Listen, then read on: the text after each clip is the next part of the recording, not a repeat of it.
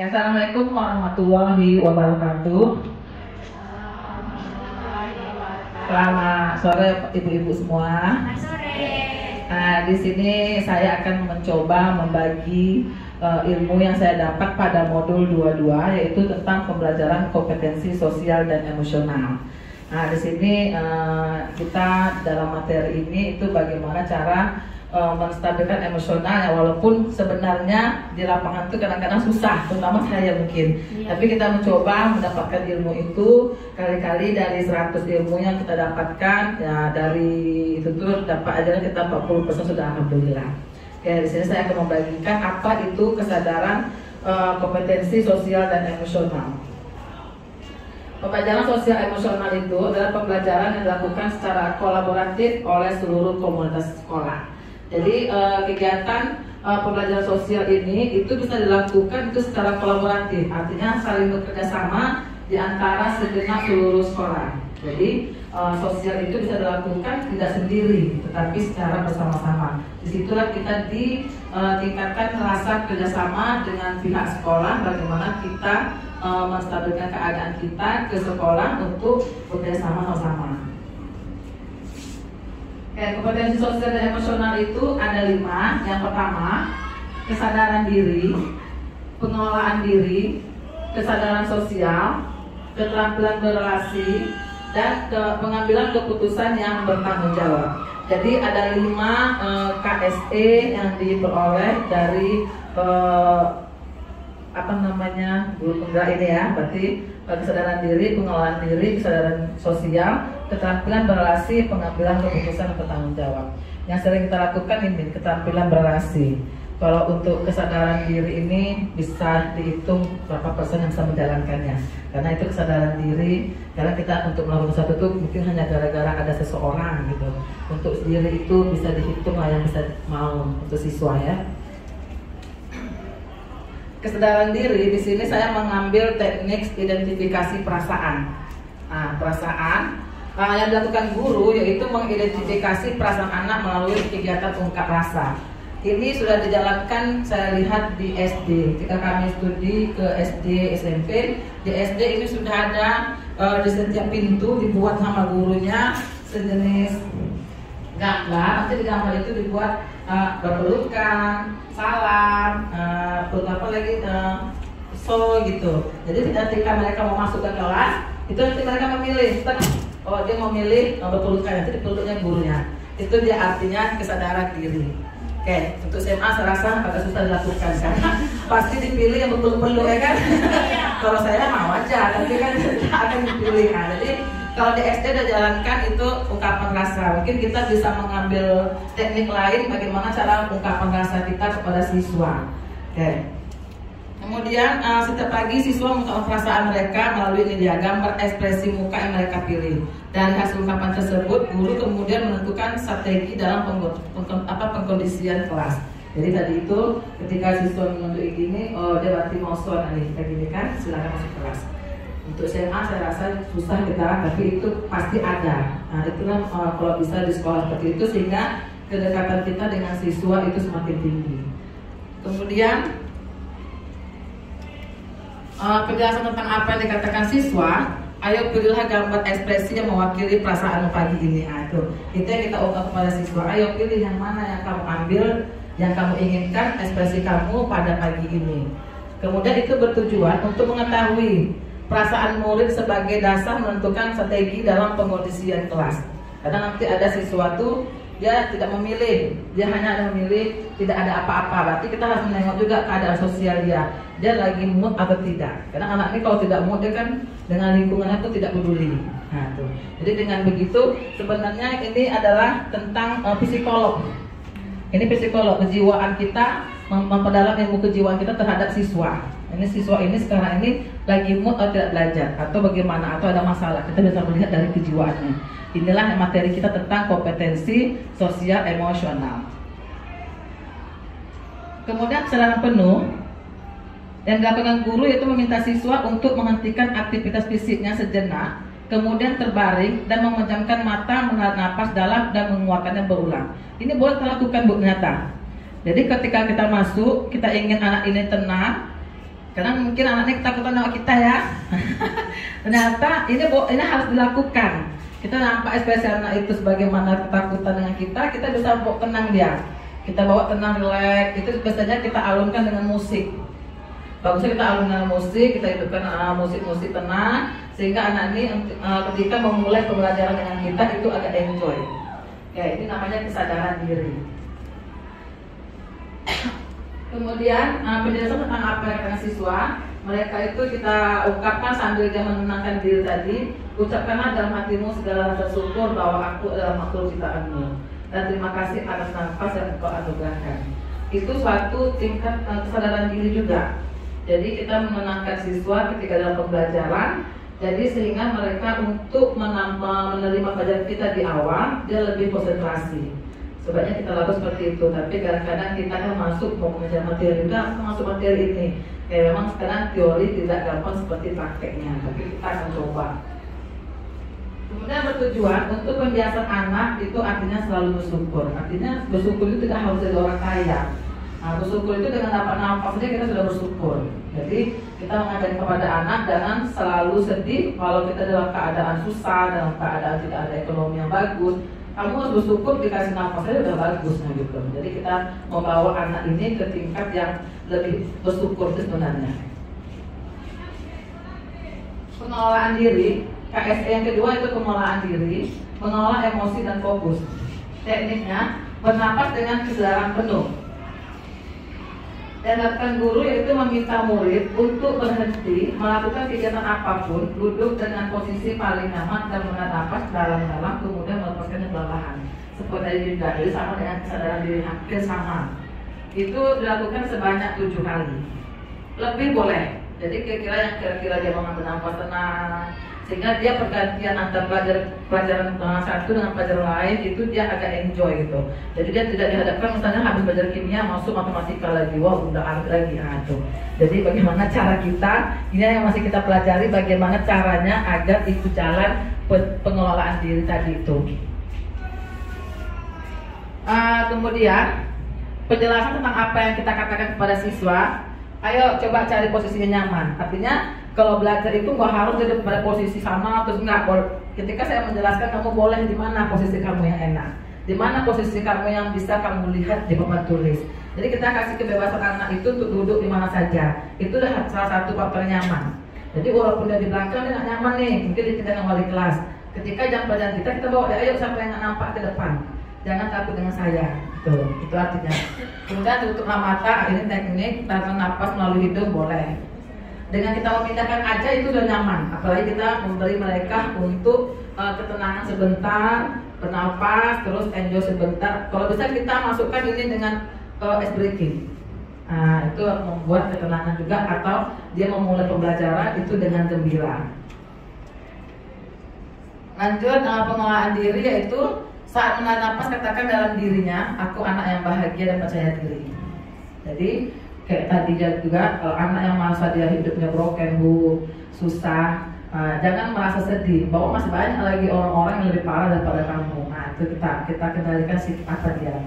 Artinya kamu bersyukur, kamu bisa sekolah di sini dengan baik, terus kamu bisa belajar dengan baik. Itu sudah satu syukur kita kepada Tuhan.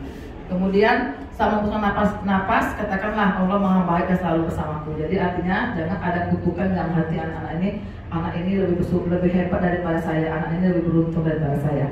Itu yang kita hilangkan pada anak sehingga sifat minder kepada anak itu berkurang. Jadi anak itu mau dia susah, mau keluarga berpenuh, dia bersatu dengan anak-anak yang keluarganya lengkap atau yang bahagia. Oke. Kemudian pengelolaan dirinya itu bertujuan untuk mengurangi kecemasan dan kelelahan berpikir sehingga murid lebih tenang, lebih fokus dan lebih konsentrasi dalam belajar. Serta diharapkan mereka dapat mengelola emosi dengan baik tadi. Jadi dengan dia rasa tidak ada rasa minder atau rasanya tidak ada apa-apanya dan dia merasa pede, dia mau bersatu dengan yang lain. Jadi rasa cemas dia, rasa dia tak peduli dengan lingkungan itu tidak ada. Oh aku sama dengan dia, oh dia harus bisa sama dengan aku gitu. Jadi tidak ada batas antara orang yang bermasalah dengan orang yang tidak bermasalah. Kayak Itu namanya pengelolaan diri. Jadi bagaimana caranya anak ini bisa mengelola dirinya dari yang tidak baik menurut dia harus menjadi orang yang terbaik. Kemudian kesadaran sosial. Teknik identifikasi perasaan. Itu penjelasan dilakukan oleh guru, siswa diajak untuk rutin menabung dengan menyisihkan uang jajan di tabungan amal yang disediakan oleh guru di kelas. Itu KSE. Jadi kita mengajak anak untuk sosial. Jadi anak itu nggak harus belajar, tapi kita ajarkan bagaimana cara peduli pada lingkungan. Itu salah satu dari ilmu KSE. Kemudian tentang apa yang dikatakan kepada siswa, anak-anak kita sisihkan sebagian rezeki kita kepada saudara-saudara kita yang mendapat musibah atau saudara-saudara kita yang kurang mampu. Jadi kita sudah melakukan di sekolah setiap hari Jumat. Oke, nah tapi kalau bisa jangan lebih tingkatnya lagi, mungkin minggu ini yang menyumbang hanya 20 orang. Bagaimana caranya satu kelas itu full untuk menyumbang. Nah, itu tugas kita sebagai guru, bagaimana kesadaran anak ini tentang sosial lebih tinggi. Ya. Kemudian tujuannya itu untuk menanamkan keterampilan berempati, keterampilan untuk rasa kasih sayang kepada sesamanya. Itu tujuan dari kesadaran sosial. Kemudian teknik lainnya itu kegiatan role play, komunikasi aktif. Itu dilakukan guru, murid dipersilakan maju ke depan kelas untuk menceritakan pengalaman singkat saat berangkat ke sekolah. Jadi kita ketika masuk dalam belajar, kita boleh menanya anak sebelum masuk materi, bagaimana tadi kamu pergi ke sekolah? Apa yang kamu lakukan tadi? Tadi kena marah orang tua nggak? Apa kamu kasih uang jajan nggak? Boleh kita menanya seperti itu. Itu namanya termasuk kesadaran sosial. Oke. Kemudian teknik lainnya yaitu murid diajarkan untuk mendengarkan dengan penuh cerita temannya dan berusaha tidak menginterupsi saat temannya sedang bicara. Mengajak murid untuk merefleksi apa yang mereka rasakan saat bercerita maupun saat mendengar. Jadi ketika ada sharing kawannya ke depan, mungkin kawan yang merasa cerita lucu jangan diketawakan. Jadi kita mengurangi rasa kawan ke depan, jangan sampai diketahui oleh kawan lain. Itu meningkatkan rasa pede kawan. Jadi kalau misalnya kita bisa mengatur itu, jadi anak-anak ini rasa pede untuk maju ke depan mau. Tapi kalau kita sudah biarkan dia maju ke depan, diejek oleh kawan-kawannya, untuk besok-besok anak mau laku, nanti aku diejek, nanti nggak mau laku, nanti aku diapakan dibully, itu masa dibully. Jadi kita sendiri sebagai guru, oke, coba kamu jawab, mungkin salah dia atau ada yang aneh dijawabnya, oke, bagus. Jadi jangan disalah ketawakan, itu tugasnya belajar. Kalau belajar pasti ada salah. Nah, itu motivasi kita kepada siswa yang maju ke depan, sehingga nanti untuk selanjutnya dia ada tekad, nggak apa-apa lah, aku cobalah. Yang penting aku mencoba dulu. Nah, itu kata-kata mencoba itu yang kita terapkan kepada siswa. Coba dulu, jangan pikir salah. Kalau salah itu namanya belajar. Itu motivasi kita kepada siswa. Kemudian teknik kegiatan role play lainnya yaitu ayo anak-anak ceritakan pengalaman tadi ya. Itu teknik-tekniknya ini dia. Jadi kita mengajak siswa untuk menceritakan pengalaman dia mau pergi sekolah atau pengalaman dia habis tadi kamu belajar apa, kimia, gimana dengan ibu tuh ini. Ibu tuh dia marah-marah bu gini-gini, oh tenang. Ibu tuh mungkin begini. Jadi kita meluruskan sehingga mereka tadi rasa tidak enak menjadi rasa enak untuk mengikuti pelajaran selanjutnya. Kayaknya kita bilang, oh memang ibu tuh tak heran tuh suka marah-marah aja. Ya, oh langsung lah timbul rasa anaknya membenci guru tersebut. Nah itu tidak bagus. Jadi itu melanggar KSE kita, kompetensi sosial emosional. Ya KSE namanya bu, kompetensi sosial emosional. Oke. Kemudian silakan maju ke depan aja deh. Maju ke depan ini mahal harganya. Karena anak untuk maju ke depan tuh bisa susah kita suruh. Tapi dengan motivasi tadi, ayo maju ke depan, jawab aja, jangan pikir salah. Itulah tugas kita untuk tugas saya sebagai guru membenarkannya. Kalau kamu udah tahu benar, kalau kamu ingin benar aja nggak usah sekolah. Makanya kamu udah pintar, lalu kamu nonton ke Citi Mall, nah gitu kan, nggak usah lagi belajar.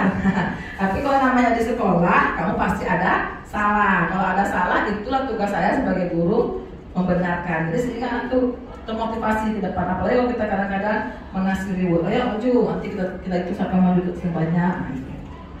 Oke.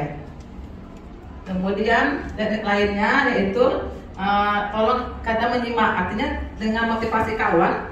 Kita juga menekankan kepada siswa yang duduk untuk menghargai depan. Jadi walaupun depan ini mau maju ke depan, kita bagaimana caranya menstabilkan yang di duduk ini dia menghargai depan. Jadi tidak ada apa kau jawab tuh, apa kau jawab. Nah itu artinya mereka berdua saling menghargai. Menghargai itu termasuk dalam tingkat emosional dia untuk menjaga perasaan orang lain. Oke. Kemudian kegiatan role play lainnya, bagaimana pasangan kalian yang setelah kamu alami.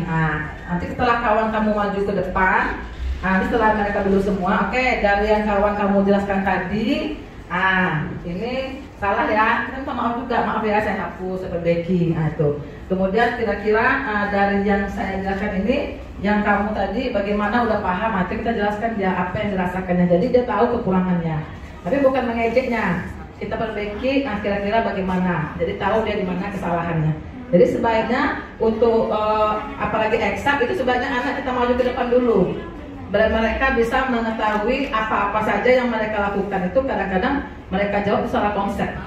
Di konsepnya kena. Itu tugas kita memperbaiki konsep mereka. Karena kalau kita langsung menjawab full, kita nggak tahu nih pola pikir anak ini bagaimana. Tapi kan setelah mereka kita mengerjakan, kita lihat oh ini konsepnya salah. Ya, ini tekniknya salah. Oh, boleh cara satu, cara dua itu sama, itu tekniknya.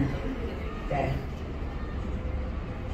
Kegiatan role play lainnya yaitu dengan saling bercerita yang bertugas pengalaman, murid diharapkan dapat terbiasa menumbuhkan rasa empati yang meliputi berpikir, merasa, bahkan reaksi fisik yang dilakukan kepada orang lain seolah-olah mereka merasakan hal yang serupa. Nah, tuh. Jadi kalau kawan yang bercerita ke depan, dia merasakan apa yang dirasakan kawannya, bukan mengejek, kasihan lah kau, kayak gitu. Tapi oh iya gitu. Jadi kita sebagai guru juga yang harus meluruskannya. Itu namanya kesadaran sosial, meningkatkan kesadaran sosial pada siswa. Kemudian pengambilan keputusan yang bertanggung jawab. Yang dilakukan guru yaitu menyampaikan situasi menantang yang terpikirkan oleh mereka. Kemudian siswa yang lain menanggapi permasalahan tersebut, diminta menyampaikan ide mengenai strategi apa yang dilakukan untuk situasi yang disampaikan oleh temannya. Soal bertanggung jawab ini contohnya, misalnya kita ada soal, kita suruh kerjakan. Nanti kalau yang bisa mengerjakan ini boleh keluar, atau ini saya kasih libur gitu. Pokoknya ada sesuatu yang menantang kepada anak untuk dia mau mengerjakan apa yang kita berikan di depan. Kemudian setelah dia menyampaikan ide-ide tadi, maka kita salurkan kepada yang lain-lain bagaimana jangan ini saja yang masuk ke depan, masa dia harus motivasi. Yang dilakukan murid, kita katakan, ayo ciptakan suatu situasi menantang apa yang sudah kamu alami. Berikan tanggapan dari cerita temanmu, jelaskan alasanmu menyampaikan ide tersebut. Nanti tadi, kalau kita suruh saya kasih untuk matematika. Tolong soal ini. Coba kamu jelaskan kenapa kamu menjawab ini. Kenapa dulu? Oh ternyata begini. Yang soal nomor 2, kenapa kamu menjawab ini? Kira-kira dari yang 1 sama 2 ini yang menurut kawan-kawan lainnya itu yang mana yang benar? Padahal mungkin dua-duanya benar, tapi caranya berbeda. Itu kita luruskan. Oh salah bu, yang nomor 1, yang nomor 2 benar. Kenapa nomor 2 benar? Karena itu jawabannya langkah sesuai dengan langkah bunda. Itu kita luruskan. Oh tidak, kedua-duanya benar. Cuma ini tekniknya atau caranya dia menggunakan cara sendiri tapi sesuai dengan konsep. Itu contoh yang matematika. Itu maksudnya ya. Kemudian siswa dapat mengambil keputusan yang tepat dari masalah yang ada. Jadi dengan adanya yang kita berikan tadi, siswa setelah tertunjukkan di mana titik kebenarannya, maka dia dapat menjawab masalah itu dengan tepat nantinya. Jadi kalau dia ketemu lagi model seperti itu, dia bisa menyelesaikan dengan baik.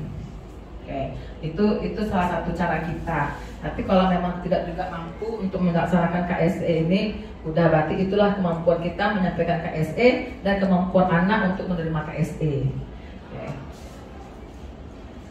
Sampai situ saya sampaikan, saya menjelaskan dan membagikan apa itu KSE, kompetensi sosial emosional, yang harus kita sampaikan kepada siswa dalam kelas, yang harus kita jalankan di dalam kelas sehingga anak merasa nyaman di dalam kelas. Walaupun itu mungkin berapa persen yang bisa kita lakukan. Apalagi matematika, ya kan?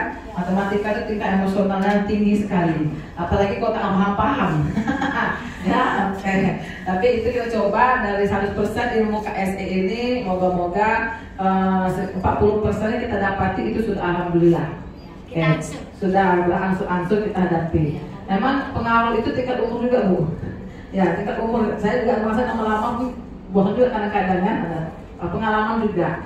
Jadi istilahnya untuk sabar itu bisa ditengok dalam keadaan tertentu. Kita boleh marah, boleh. Kalau guru nggak ada marah itu tidak mengajar, tidak mendidik. Karena tingkat guru itu salah satunya boleh menghukum, boleh. Tapi kalau belum masih ada langkah lain, kita lakukan langkah lain. Tapi yang terakhir kalau udah muak kita hukum aja boleh. Itu ada di 5 kontrol guru untuk guru pengajar, boleh. Efek jerah ya, jadi boleh. Jadi tidak ada yang katanya bully guru maupun enggak. Setelah saya pelajari ada, ternyata 5 kontrol guru itu salah satunya adalah menghukum. Tapi sebaiknya dihindari dulu, itu pakai berteman dulu. Kalau mau berteman barulah. Oke. Jadi, tapi itu memang teori. Nah, untuk melaksanakannya, kita tengok dulu lah tingkat emosional. Karena manusia itu kan ada batasnya sabarnya. Oke. Terima kasih Bapak Ibu. Salam dan bahagia buat Bapak Ibu guru. Semoga yang saya berikan 100% ini adalah tersaring sedikit 40%. Alhamdulillah. KSE, kompetensi sosial emosional, bagaimana cara kita menstabilkan emosional siswa di kelas, dan kita juga bagaimana caranya menyampaikan atau mereda emosional siswa di dalam kelas. Oke, saya kirim ke sini. Assalamualaikum warahmatullahi wabarakatuh.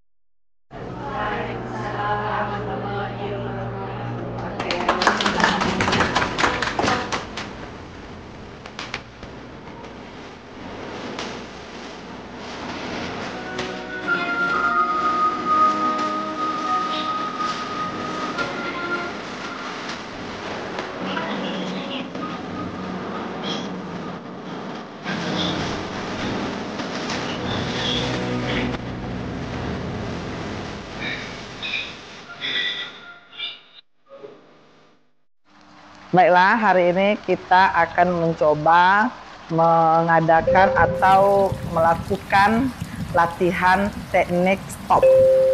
Saya minta kamu fokus ketika saya membicarakannya, terus ikuti apa yang saya minta. Bisa ya? Oke. Berhenti, amati napas, amat perasaan, pikiran, dan lanjutkan kembali aktivitas. Mari kita stop sejenak dari kegiatan apapun yang dilakukan saat ini. Mari istirahatkan sejenak fisik dan mental selama kurang lebih 3 menit saja. Sebelum kita mulai, silakan kamu duduk senyaman mungkin. Duduk senyaman mungkin. Kamu bisa menggeser posisi duduknya agar lebih nyaman. Cobalah duduk tidak membungkuk. Tetap tegak, tetapi kedua bahu tetap rileks. Rasakan kursi yang menompang tubuh kamu. Rasakan kedua telapak kaki bertumpu pada lantai. Silakan letakkan tangan pada pangkuan atau di atas meja. Rileks. Silakan pejamkan mata jika merasa nyaman, atau cukup arahkan pandangan ke bawah. Rileks. Ambil napas masuk dan keluar. Bernapaslah seperti biasa. Saat bernapas, rasakan udara masuk dan keluar melalui lubang hidung. Rasakan abdomen yang turun naik saat bernapas. Mari napas lebih pelan dan dalam. Rasakan perut mengembang dan mengempis saat bernapas. Bernapas dalam 4 hitungan. Menghembuskan dalam 4 hitungan juga. Amati tubuh yang terasa lebih rileks saat mengeluarkan napas. Mulai dari otot wajah, sekitar dahi, kelopak mata, pipi, rahang dan dagu. Kemudian kedua bahu, lengan atas, jari jemari Anda. Ambil napas yang lebih tenang dan pelan. Amati perasaan Anda saat ini. Amati pikiran Anda saat ini. Apa yang kamu pikirkan saat ini? Apakah pilihan yang akan kamu lakukan setelah ini? Baik, kita akhiri lagi dengan 1 kali napas yang lebih panjang dan perlahan.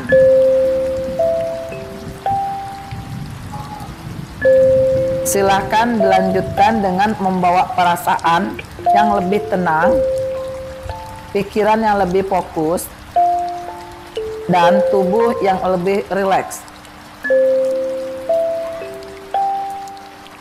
Mindful listening. Amati pikiran dan perasaan kamu sebelum melakukan dan saat melakukan dan sudah melakukan.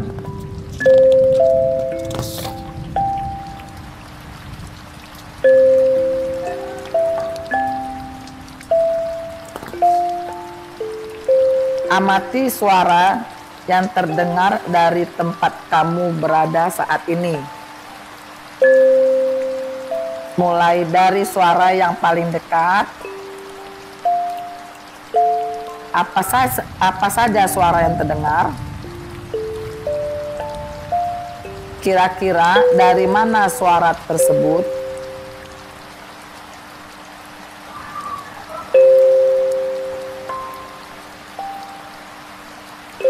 Sambil terus bernapas dengan pelan, panjang dan dalam. Selanjutnya suara yang jauh. Apa saja suara yang terdengar? Kira-kira dari mana suara tersebut?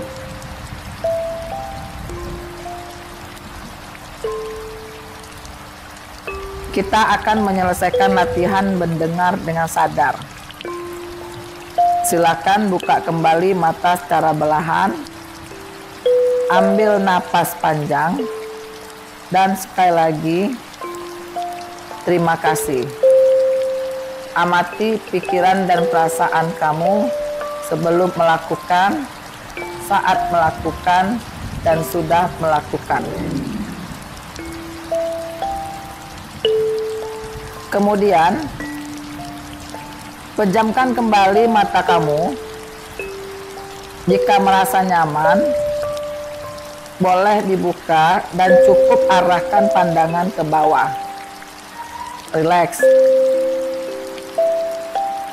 Amati 3 benda yang ada di depan kamu saat ini. Mulai dari benda pertama. Perhatikan benda tersebut apa adanya, bentuknya, teksturnya, warnanya,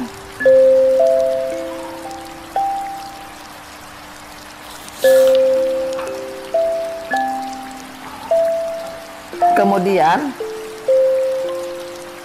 sambil terus bernapas pelan. Silakan amati benda yang lain. Sama, lihat bentuknya, teksturnya, warnanya.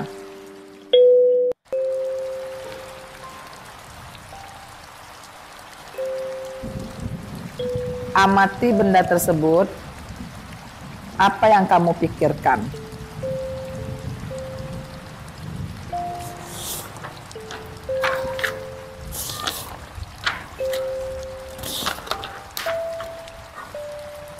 Kita akan menyelesaikan latihan mendengar dengan sadar ini. Silakan buka kembali mata secara perlahan. Ambil napas panjang dan dalam sekali. Terima kasih. Oke, terima kasih semuanya. Rilekskan badannya. Kita sudah menyelesaikan kegiatan latihan teknik stop namanya. Nah,